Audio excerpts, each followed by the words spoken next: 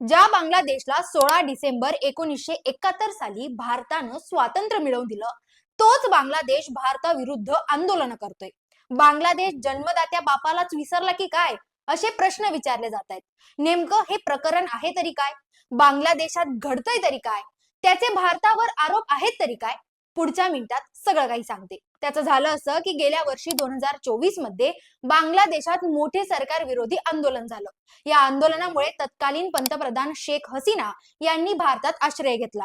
भारतानं शेख हसीना यांना शरण दिल्याची बाब बांगलादेशच्या एनसीपी अर्थातच नॅशनल सिटीझन पार्टीच्या पोटात दुखली. यावरून एनसीपीने आंदोलन पुकारलं. आंदोलनात तरुण विद्यार्थी वर्ग जास्त पाहायला मिळाला, अर्थातच जेनझी.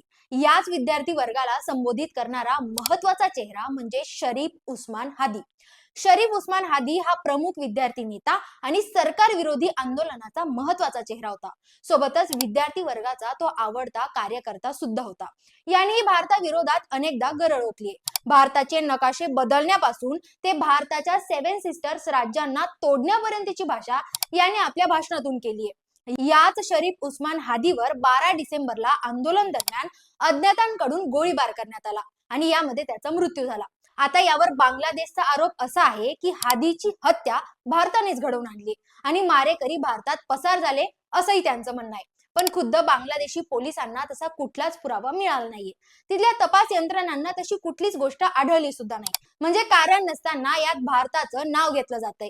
याच कारणामुळे बांगलादेशींनी भारतीय हाय कमिशन समोर हिंसाचार सुरू केला. बरं, यात भारताने अजूनही संयमाची भूमिका घेतलीये, हे फार महत्वाचं. लहान मुलं आगाऊपणा करतं म्हणून मोठी माणसं त्याच्यावर लगेच हात उचलत नाही, हे तितकंच खरंय. पण थेट भारतावर हल्ला करण्याची भाषा जर बांगलादेश आता करत असेल, तर भारताला अजून तिसरा देश जन्माला घालायला वेळ लागणार नाही, हे तिथल्या राजकारण्यांनी विसरू नये.